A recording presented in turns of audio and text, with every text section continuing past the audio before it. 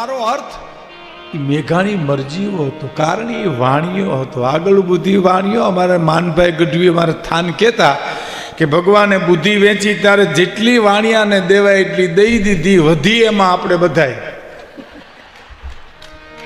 ગઢવી પટેલ ને લુવાણા કોળી દરબાર એ બધા એમાં આવી જાય. એનું કારણ આગળ બુદ્ધિ વાણીઓ, પાછળ મતી બ્રહ્મ એટલે બ્રાહ્મણ નહીં, બ્રહ્મમાં આપણે બધા આવી છે. આગળ બુદ્ધિ વાણીઓ, પાછળ મતી બ્રહ્મ, તરક બુદ્ધિ તરકડો ઘૂસતો મારે ગમ. વાણિયાના દીકરાને આગળ આગળ હુજી જાય, આ ન કરાય, આ ન કરાય, આ ન કરાય. બરાબર. આપણને પછી ખબર પડે કે નો કર્યું હોત તો સારું હતું ગયો, પણ ત્યાં તો મોડું થઈ ગયું હોય. એના બે દાખલા આપીને મારે મેઘાણીની વાત કરવી છે. વાણિયામાં કેટલી બુદ્ધિ છે.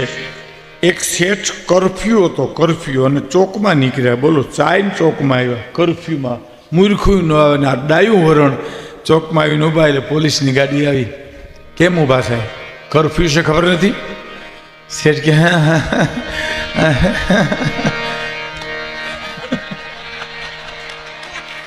કઈ બોલ્યા જ નહીં, દાંત બી દેખાડવા. સાહેબ કે બેસી જાઓ જીપમાં, હાલો કરફ્યુ છે ખબર નથી, હાલો પોલીસ સ્ટેશને. બેસી ગયા જીપમાં. પોલીસ સ્ટેશને લઈ જતા હતા. રસ્તામાં કે હે સાહેબ અહીં મારી દીકરી રહે કે સમાચાર દઈ આવું કહેતા હો તો કે હા દઈ આવો, પાછા જટ આવો. એ ગયા પછી કોણ આવે સાહેબ? અંદર ગયા પછી પોલીસ ઓફિસર એને બોલાવા ગયા કે શેઠ બાપા બહાર નીકળ્યું તો કે સાહેબ તમને ખબર છે કરફ્યુ નીકળાય બારું? જો બોલો, એની ડોકમાં ગાલીઓ નાખી દીધો. તમે ઉઠીને એમ કયો બહાર નીકળો. આ મને તમને ન આવડે. આ ઈ નાત જ કરી શકે. કરફ્યુમાં ખાતાની જીપમાં બેહીને દીકરીની આંટો દઈ આવે લ્યો. આપણી તાકાત બાદની વાત છે. એક બીજી વાત એની ઝીણામ ઝીણી કરી દઉં સાહેબ. અમારે સૌરાષ્ટ્રમાં એક શેઠ હતા, એને 60,000ની ભેંસ લીધી. બનેલી હકીકતો, 60,000ની ભેંસ લીધી અને 15-20માં એને 30,000માં વેચી નાખી. બોલો, 50% ખોટ ખાધી. અને કોકે કીધું કે શેઠ બાપા ભેંસ વેચી નાખી તો કે હા. કેટલામાં લીધી? તો 60,000માં. વેચી કેટલામાં? તો 30,000માં. 50,000 ભાઈ 50% ખોટ ખાધી. તો કે હા.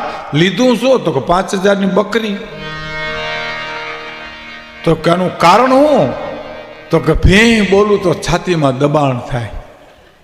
બોલો, ભેં બોલો લ્યો, ભેં બોલો, અહીંથી નાભીથી આવે. ભેં બોલો, અહીંયા દબાણ થાય. એને પોહાય નહીં જરાય.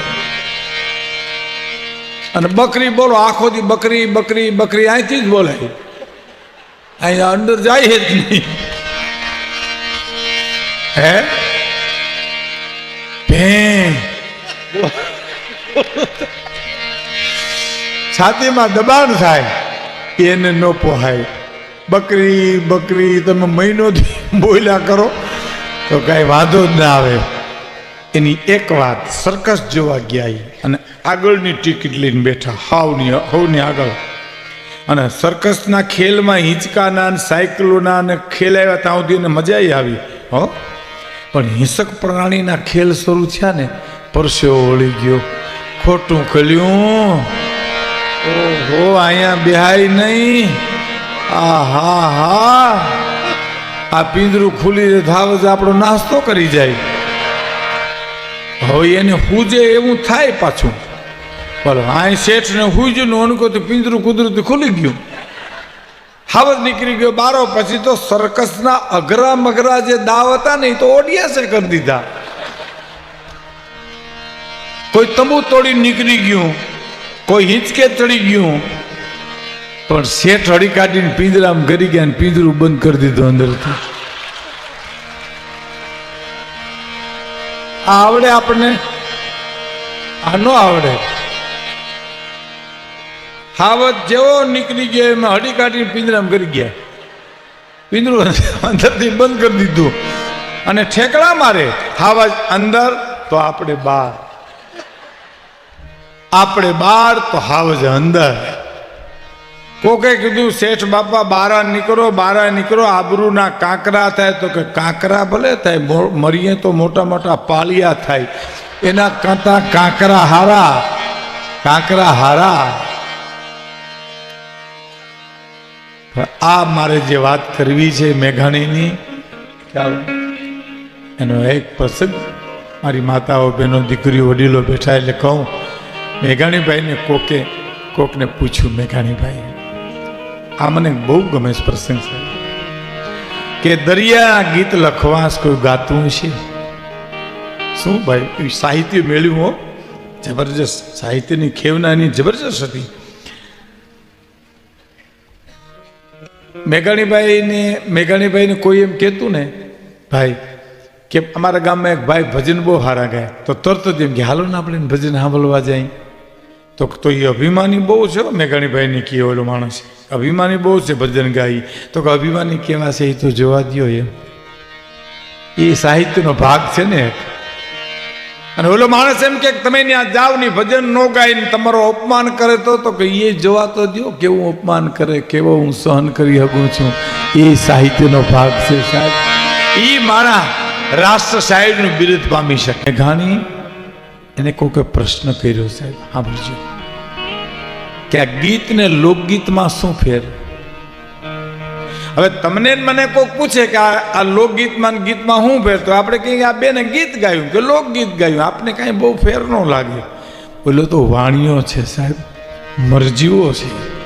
કાંકરા ને મોતી નોખા કરી નાખે, દૂધ ને પાણીને નોખા કરી નાખે. એને પૂછ્યું કે લોકગીતમાં ગીતમાં શું ફેર?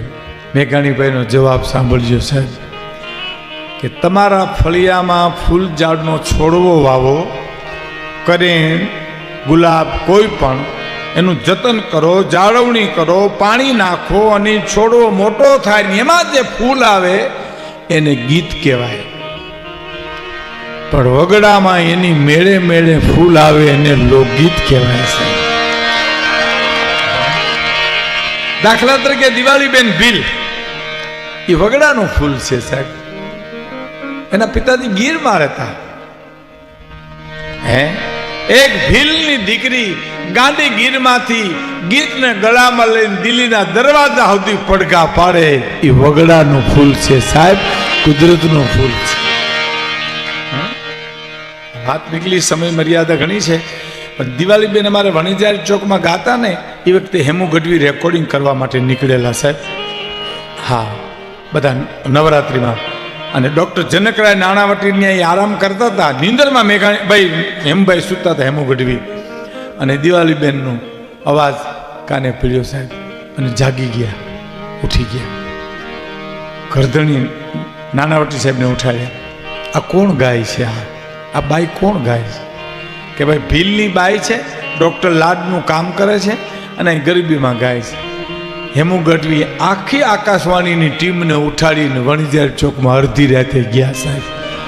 અને દિવાળીબેનના ગીતને રેકોર્ડિંગ કરી અને કીધું કે તમે દેવા ખાતર પરીક્ષા આપો, બાકી તમે આકાશવાણીમાં પાસ છો સાહેબ. અને પછી દિવાળીબેને ઘણા ગીતો ગાયા.